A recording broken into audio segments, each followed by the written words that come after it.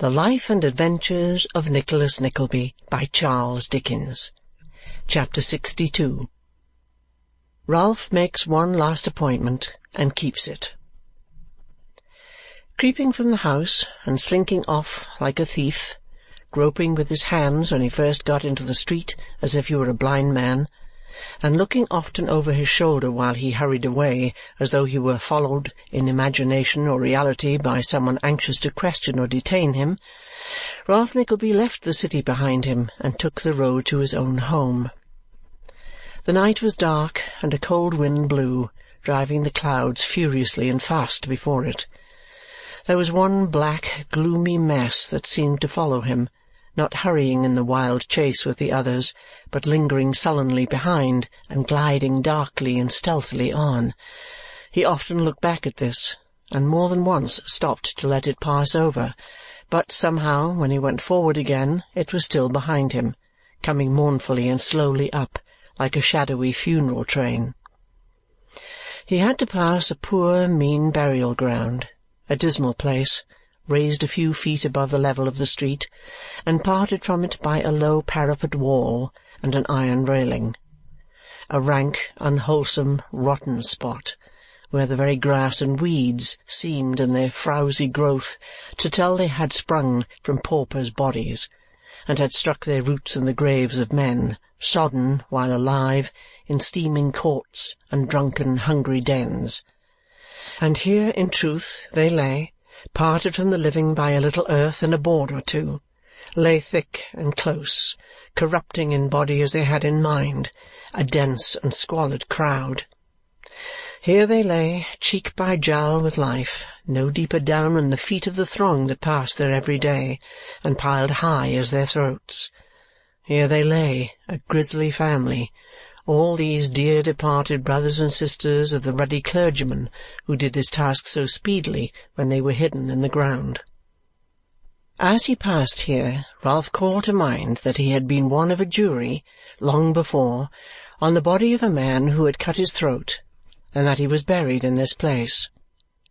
He could not tell how he came to recollect it now, when he had so often passed and never thought about him, or how it was that he felt an interest in the circumstance, but he did both, and stopping and clasping the iron railings with his hands, looked eagerly in, wondering which might be his grave. While he was thus engaged, there came towards him, with noise of shouts and singing, some fellows full of drink, followed by others who were remonstrating with them and urging them to go home in quiet. They were in high good humour, and one of them, a little weazen, hump-backed man, began to dance. He was a grotesque, fantastic figure, and the few bystanders laughed. Ralph himself was moved to mirth, and echoed the laugh of one who stood near and who looked round in his face. When they had passed on and he was left alone again, he resumed his speculation with a new kind of interest, for he recollected that the last person who had seen the suicide alive had left him very merry, and he remembered how strange he and the other jurors had thought that at the time. He could not fix upon the spot among such a heap of graves, but he conjured up a strong and vivid idea of the man himself, and how he looked, and what had led him to do it, all of which he recalled with ease. By dint of dwelling upon this theme, he carried the impression with him when he went away, as he remembered when a child to have had frequently before him the figure of some goblin he had once seen chalked upon a door. But as he drew nearer and nearer home, he forgot it again, and began to think how very dull and solitary the house would be inside. This feeling became so strong at last that when he reached his own door, he could hardly make up his mind to turn the key and open it. When he had done that, and gone into the passage, he felt as though to shut it again would be to shut out the world. But he let it go, and it closed with a loud noise. There was no light. How very dreary, cold, and still it was! Shivering from head to foot, he made his way upstairs into the room where he had been last disturbed. He had made a kind of compact with himself that he would not think of what had happened until he got home. He was at home now, and suffered himself to consider it. His own child. His own child. He never doubted the tale. He felt it was true, knew it as well now as if he had been privy to it all along. His own child. And dead, too.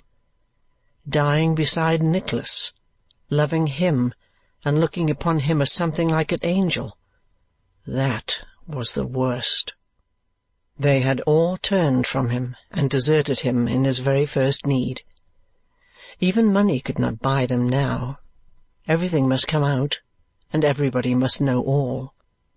Here was the young lord dead, his companion abroad and beyond his reach, £10,000 gone at one blow, his plot with Gride overset at the very moment of triumph, his after-schemes discovered, himself in danger, the object of his persecution and Nicholas's love, his own wretched boy. Everything crumbled and fallen upon him, and he beaten down beneath the ruins and grovelling in the dust. If he had known his child to be alive, if no deceit had been ever practised, and he had grown up beneath his eye, he might have been a careless, indifferent, rough, harsh father, like enough. He felt that. But the thought would come that he might have been otherwise, and that his son might have been a comfort to him, and they two happy together. He began to think now that his supposed death and his wife's flight had some share in making him the morose, hard man he was. He seemed to remember a time when he was not quite so rough and obdurate, and almost thought that he had first hated Nicholas because he was young and gallant, and perhaps like the stripling who had brought dishonour and loss of fortune on his head. But one tender thought, or one of natural regret, in his whirlwind of passion and remorse, was as a drop of calm water in a stormy, maddened sea. His hatred of Nicholas had been fed upon his own defeat, nourished on his interference with his schemes, fattened upon his old defiance and success.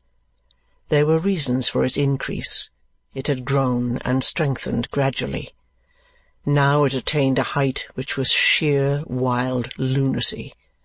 That his, of all others, should have been the hands to rescue his miserable child, that he should have been his protector and faithful friend, that he should have shown him that love and tenderness which from the wretched moment of his birth he had never known, that he should have taught him to hate his own parent and execrate his very name, that he should now know and feel all this and triumph in the recollection, was gall and madness to the usurer's heart.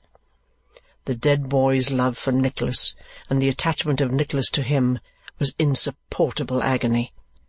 The picture of his deathbed, with Nicholas at his side tending and supporting him, and he breathing out his thanks and expiring in his arms when he would have had them mortal enemies and hating each other to the last, drove him frantic.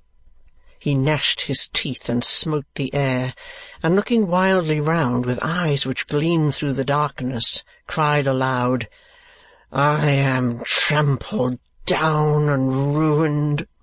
The wretch told me true. The night has come.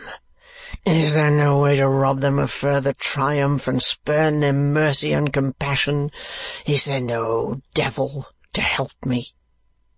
Swiftly there glided again into his brain the figure he had raised that night. It seemed to lie before him. The head was covered now. So it was when he first saw it. The rigid, upturned marble feet, too, he remembered well. Then came before him the pale and trembling relatives who had told their tale upon the inquest, the shrieks of women, the silent dread of men, the consternation and disquiet, the victory achieved by that heap of clay which, with one motion of its hand, had let out the life and made this stir among them. He spoke no more, but, after a pause, softly groped his way out of the room and up the echoing stairs, up to the top, to the front garret, where he closed the door behind him and remained. It was a mere lumber room now, but it yet contained an old, dismantled bedstead, the one on which his son had slept, for no other had ever been there. He avoided it hastily and sat down as far from it as he could. The weakened glare of the lights in the street below, shining through the window which had no blind or curtain to intercept it, was enough to show the character of the room, though not sufficient fully to reveal the various articles of lumber, old corded trunks and broken furniture, which were scattered about. It had a shelving roof, high in one part, and at another descending almost to the floor.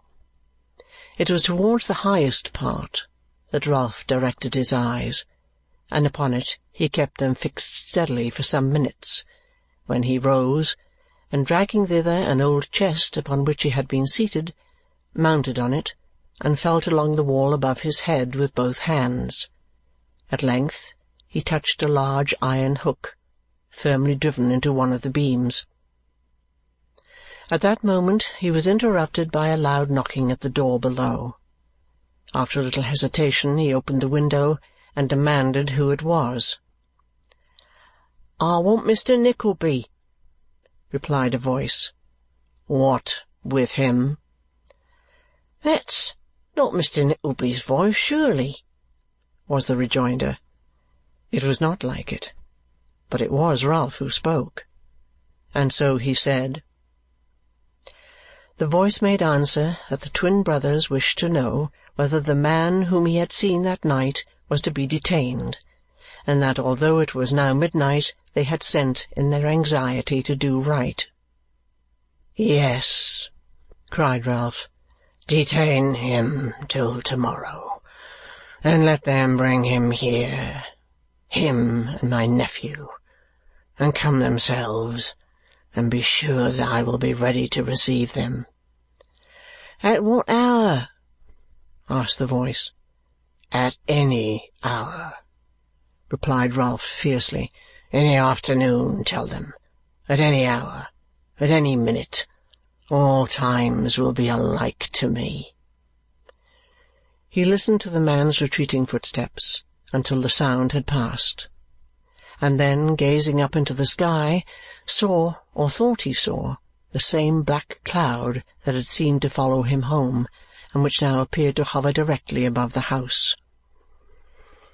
"I know its meaning now," he muttered, "and the restless nights, the dreams, and why I have quailed of late, all pointed to this. Oh, if men, by selling their own souls, could ride rampant for a term, for how short a term would I barter mine to-night!" The sound of a deep bell came along the wind. One. "Lie on," cried the usurer, "with your iron tongue.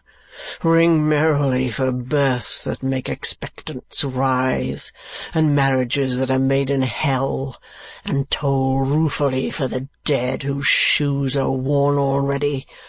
Call men to prayers who are godly because not found out, and ring chimes for the coming in of every year that brings this cursed world nearer to its end.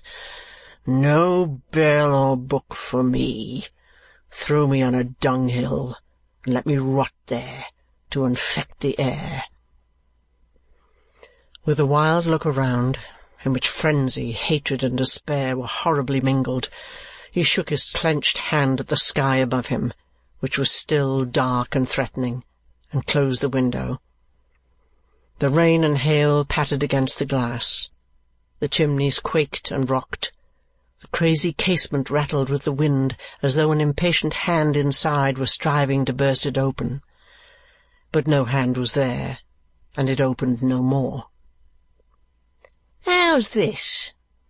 cried one. "A gentleman say they can't make anybody hear, and have been trying these 2 hours." "And yet you came home last night," said another, "for he spoke to somebody out of that window upstairs." They were a little knot of men, and, the window being mentioned, went out into the road to look up at it.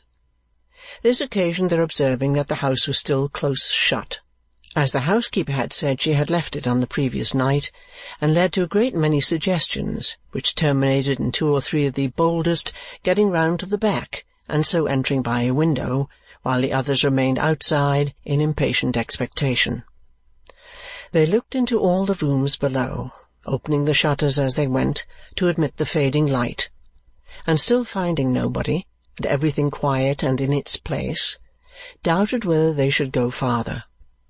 One man, however, remarking that they had not yet been into the garret, and that it was there he had been last seen, they agreed to look there too, and went up softly, for the mystery and silence made them timid.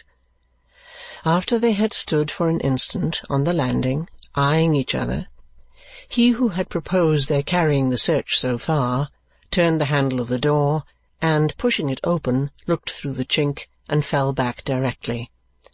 "He's very odd," he whispered. "He's hiding behind the door. Look."